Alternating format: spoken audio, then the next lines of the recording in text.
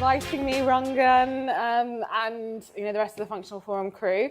I just need to correct you, I'm not a consultant occupational health physician, just in case anyone comes back and bites my ass for that. I'm still a registrar, so and at the moment I'm on a career break. So I just want to ask before I start, how many of you here are doctors? Okay, brilliant. And how many of you would deem to see yourself as kind of actively within an alternative career? Awesome. So for the purpose of this talk, what is alternative careers and what is innovative careers? So an alternative career, from my perspective, is a career that is off the beaten path, non-prescribed and created by the individual. So in reality, alternative careers aren't anything new. I mean, we've been innovating as practitioners and as doctors since the beginning of time. But the only thing that has changed, especially quite recently, is that doctors have been looking for other alternatives because they've been pushed from their current healthcare settings. They're no longer happy, they're disenfranchised, and they realize that actually there's a wider world beyond the conventional pathways. And so this is exactly where I start. So you're probably wondering, who am I and how did I get here? So I'll kind of run through my backstory. So I was born in London, so London girl born and bred. I went to Nottingham Medical School, just about got in, so I thought I was an imposter for most of my 5 years. I was like, what was I really doing here? Passed my exams, and then came back to London, did my foundation years, and then I thought, I was getting somewhat frustrated because even though I enjoyed my clinical practice, I did feel a bit more of an administrator than I'd like. There was a lot of tick boxes, there were a lot of things that I needed to get done, and it was just, it just really got to me. So I basically applied to work in South Africa, which was a bit random because I'd never been there, no ties whatsoever. And I then got the fear and then applied for core surgical training and actually did that instead because all my peers were doing it. So it just seemed to be the right thing to do, just stay on that track, I'll get there eventually. And then after my core surgical training, I was like, I definitely need a break now. It was actually affecting my mental health at that stage. So I went out to South Africa and had the best professional years of my life, hands down. Why? Because it was a completely different healthcare system. I had a lot more autonomy, flexibility, I felt valued, and most importantly, I had what I would call a really decent work-life balance. I actually worked longer hours, 72 hours on call, pretty much the senior in most situations. But the balance was, I had a great life. I was able to go hiking, traveling across South Africa. If any of you've been to South Africa, it's an absolutely stunning country. Absolutely stunning, and really enjoyed myself. And then decided, I felt guilty again for leaving the NHS, and I have to go back and finish my training. So I got back and ended up here. So this is my life before. This is the life that I left, enjoying myself and really developing my personal professional skills, and then ended up here. So who knows where this is? Sorry? Hull. Not quite. You're from South Manchester. Where is this? So for anyone who knows, so it's Blackburn. So Blackburn is north of Manchester, just like half an hour north of Manchester, as I realised when I got the job, and I was like, where the hell is Blackburn? So this is where I chose to spend another year of my life without really having any ties up north. And it was at this moment that I decided, actually, I can't be moving across the country for the job. I need to do something else outside of my clinical practice. I really need something else to do. So I did. I kind of woke up one day and spoke to my friend from school and said, let's just start a business. Completely naively, no experience in starting a business. And initially, we did do an overseas recruitment business, but that in itself opened up plenty more of opportunities for me. So we started Medic Footprints, which blossomed into an alternative careers and wellbeing forum for doctors. How? Because I used Medic Footprints to then meet other people that were doing other things within medicine, outside of medicine. It really opened up my perspective on life and opportunities, and then just ended up getting involved in all of this other stuff. which I just threw myself into. And, I was amazed because I'd spent most of my career thus far really pigeonholing myself and only knowing clinical medicine. But then in my exploration of kind of running a business, which is kind of having to wear lots of different hats, you really kind of open yourself up to a whole range of different opportunities. And the reason why I went into alternative careers was because at that time, a lot of my colleagues were looking to do other things, but not really knowing where to start, because in medicine, it's very much a prescribed pathway, and you kind of know where you're going on this kind of escalator, which takes like 15 years for some people, and they didn't really know what to do if you're not doing that. It wasn't ever advertised, and we didn't really get that exposure. And if you only knew medicine, that's all you could really do. And the consequences of that. So I kind of alluded to the fact that before I went to South Africa, I was developing kind of mental health issues, and I was crying every day for I didn't know why. But this is not unusual, and doctors really get into this situation when they experience any of these things. And the issue with that is that people that do leave it too late, that has an impact on the quality of care that they deliver. And this is why it's such a significant problem, especially now. So I as an occupational medicine doctor, so that's basically the specialty that deals with work and health, I see a lot of doctors kind of just pre or at crisis point. Again, not unusual. About 1 in 4 doctors do experience mental health issues at some point in their career. And our kind of mental health, we have mental health disorders. It usually is higher than the average population.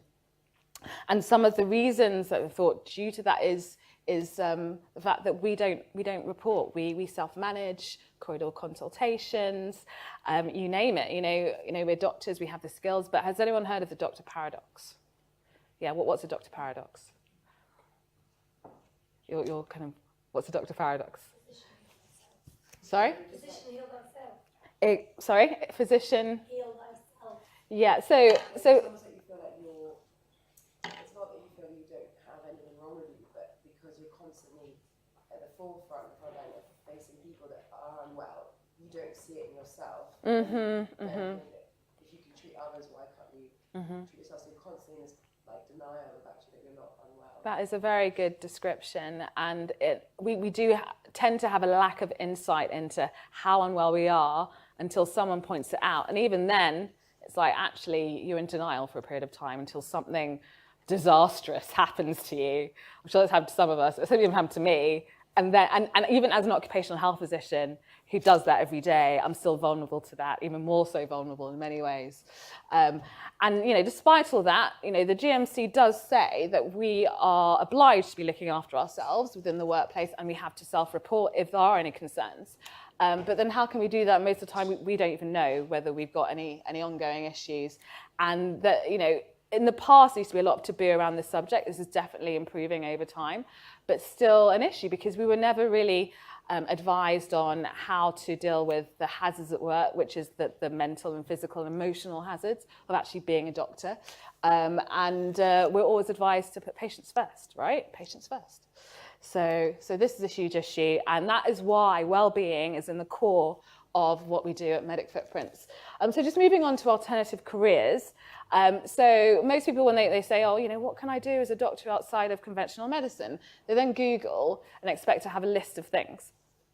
Well, there is a list of things, but I say, don't Google this. It really depends on you as an individual. It really depends on what are your passions, what are your priority in life. Everything is different. There is no set pathway, but make sure that you have your well-being sorted out first.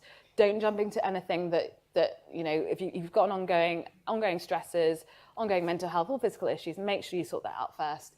And then consider your clinical and non-clinical skills and the transferable skills. And then learn how to articulate that. So earlier on, we were talking in the cafe about how doctors differ from across the pond to here, and So in America, doctors are very good at kind of branding themselves, marketing themselves, actually putting themselves forward. Here in the UK, we just don't have that culture really. So if you are a doctor trying to get out there and get outside of the box, it can be a struggle initially because you don't really know how to communicate anything beyond your audits and your publications. You're laughing, but it's so true, isn't it? And actually how to appear confident and say, actually, I am a doctor, I have done this, I have these skills, and this is why it's relevant to my next pathway, to whatever I'm going to. So we find that, how many of you are GPs in the room? Awesome. So you're in an absolutely fantastic position to diversify. You've got like 3 years of training, and then you're out there in the big wide world. And by nature, your culture means that you are able to do a whole variety of different things, whether you're going to diversify or develop a portfolio career. But there are lots of doctors from other specialties who are also able to do this now. So, I mean, this is a list of some of the things that you can potentially do. But again, the list is limitless. So just remember there is no list. And it is really diverse. And, you know, you've got a car designer there. And what we're saying, fertilizer something. It really depends on what your interests are, and it is limitless. So because, I mean, Functional Forum is about wellness. I mean, wellness is huge now, and there are so many opportunities within it. And, you know, I'm really excited to see medics, as well as other healthcare professionals, but medics can potentially be at the forefront of this as well, and you know, working with, you know, allied health professionals in a really truly multi-professional, exciting environment. So, I mean, as I said, I'm an occupational medicine doctor, and there are a whole range of other things that you can potentially do. And just as a doctor, because this is another thing that we tend to do, common mistakes, is we tend to kind of jump into another qualification before we start this. But I would say just get involved and, you know, meet people, and you can really create something that's special. Tips to get you started.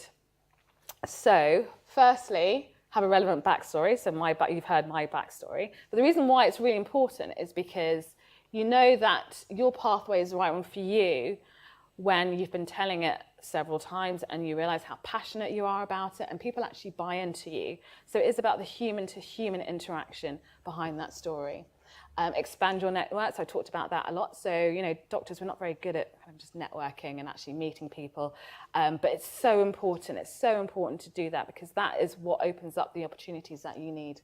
Do things for free. So I was talking to Rupi Ajula, who is what's his name? Is the medic. Doctor's Kitchen. That's it, Doctor's Kitchen. You're the food medic, sorry. And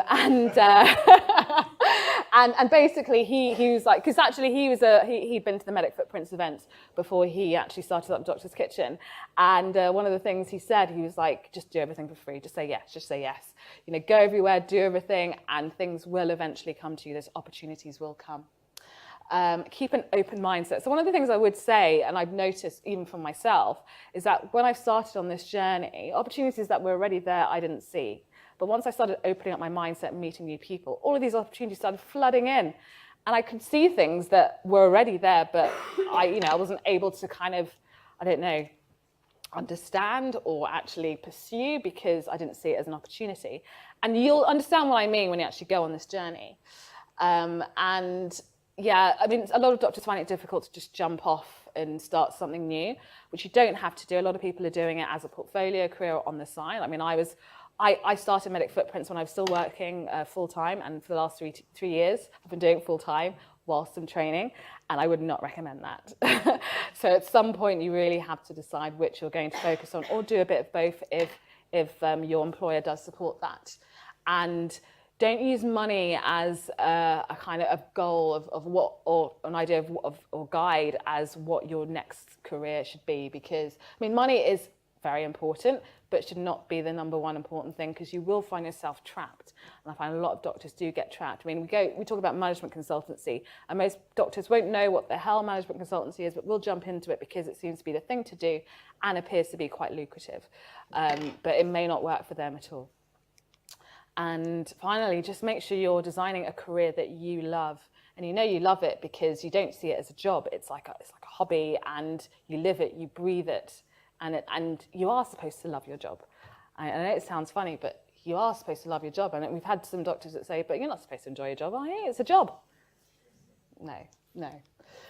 So finally, so just to tell you a little bit more about Medic Footprints, so as I mentioned, we're an organisation that supports doctors in career transition and wellbeing. So we run networking events, we run an annual conference. The next one is at the end of October. And this is an inspiring event to get doctors together networking, developing new skills such as coding. We've got Ian Panja talking about lifestyle medicine, nutrition. I really want to use more of the things that I've learned on my own personal journey in functional medicine. I'm a very early stage person, and really share that with the wider world of medics out there. Because we found, I was talking to some medical students at Nottingham University on Saturday, that they are setting up their own kind of lifestyle medicine group. And I find that really, really fascinating. And the problem is it's not as instilled in doctors that have been practicing for numerous years, because they're used to pharma, they're used to the NICE guidelines, and there's nothing wrong with NICE guidelines, but why not add a bit of extra? Why don't you kind of look at your lifestyle as a whole? And the problem is we don't have that time. Most people just don't have that time. But in occupational medicine, we have an hour, which is awesome. So so if that's something that you're interested in, just please chat to me afterwards. And my final question, because I have been, my friend also, she went on the functional medicine course, which she thought was awesome last year, or this year, I should say, and I suffer from chronic eczema, and so I've been doing the elimination diet, which was a challenge, but it has transformed my life in many ways. I know it's an early stage, but I wonder whether we can use any of these functional medicine principles to address the well-being issue for doctors. So this is the question that I'm leaving you as the audience with. Thank you very much.